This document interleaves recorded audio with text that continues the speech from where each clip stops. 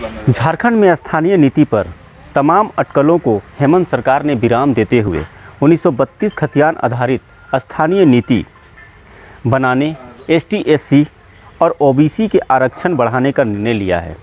इस फैसले पर भले ही सत्ताधारी नेताओं में जश्न का माहौल हो, लेकिन राजनीति के जानकार इसे महज एक सियासी एजेंडा बता रहे हैं।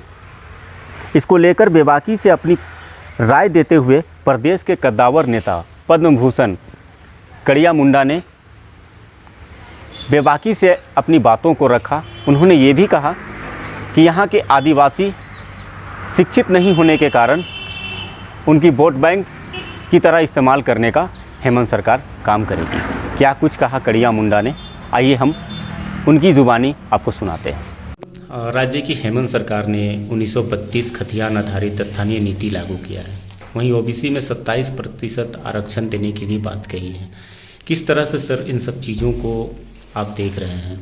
एक तो इसको लागू करेंगे, कानून बनाए, ऐसा नहीं बोलना चाहिए, क्योंकि कानून बनाने का अधिकार तो सिर्फ विधानसभा को है।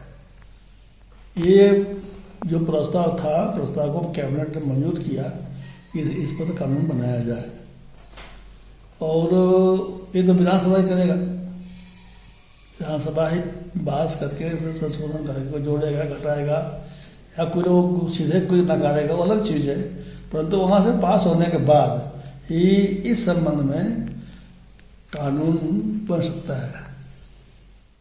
और ये है कि मूलवासी और आदिवासी तो पहले से स्थानीय तो है, उसको क्या प्रावधान देंगे आप, ये तो कानून बनेगा तब होगा ना।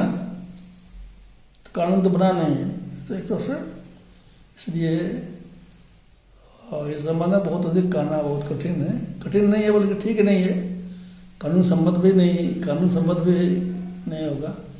अब इसलिए इसको एक तरह से वाहवाही लेने के लिए इन्होंने इतना भारी प्रोपेगेंडा करना शुरू कर दिया लोग है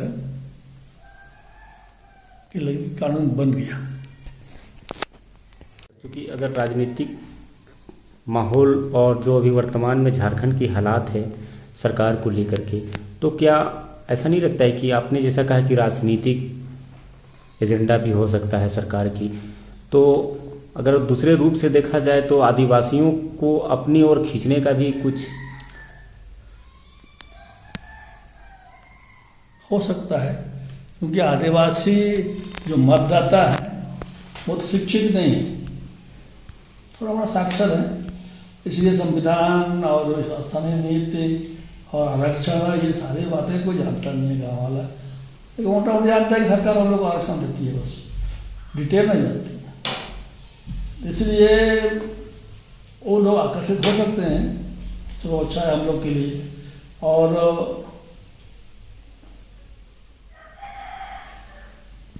लेकिन दूसरी बात ये है कि जो पढ़े लिखे लोग हैं ना, खुला हाँ कहने वाले हैं ना खुला ना कहने वाले हैं, हम तो अभी तक देख नहीं रहे। और अधिकतर लोग नौकरी चाकरी वाले हैं।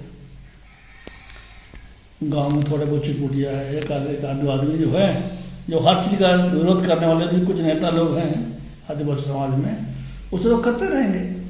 उनको तो विरोध करने का सरकार की ओर से उनको कुछ क्या कहेंगे। बड़ा सवाल ये है कि आप जमीनी स्तर के नेता हैं, स्थानीयता की भी बात अगर हो या फिर 1932 खतियान आधारित आरक्षण की भी अगर बात करें, तो कितना लाभ मिल सकता है झारखंडियों को? तो वही नहीं कर रहे हैं अभी तो सरकार किस रूप में उसको लेकर उन सब चीज़ों के संबंध में कानून बनाएगी, तभी कहा जा सकता है।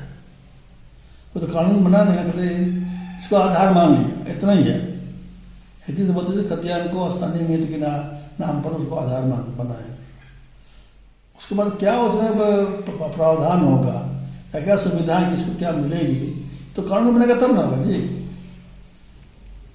अगर पूर्व की रघुवर सरकार की अगर बात करें तो रघुवर सरकार ने भी स्थानीय नीति लागू करने की बात कही थी, कुछ प्रस्ताव भी उसने कैबिनेट में स्वीकृति दिलाई थी, लेकिन कुछ कारणोंवश या फिर विपक्षी बहसों के कारण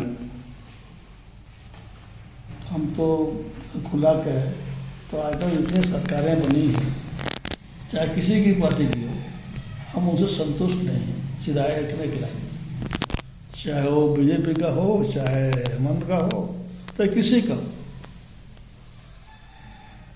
इसलिए हम और से ज़्यादा कुछ नहीं कर सकते हैं, क्योंकि सबने सरकार में भागीदारी अभी तक हुआ है।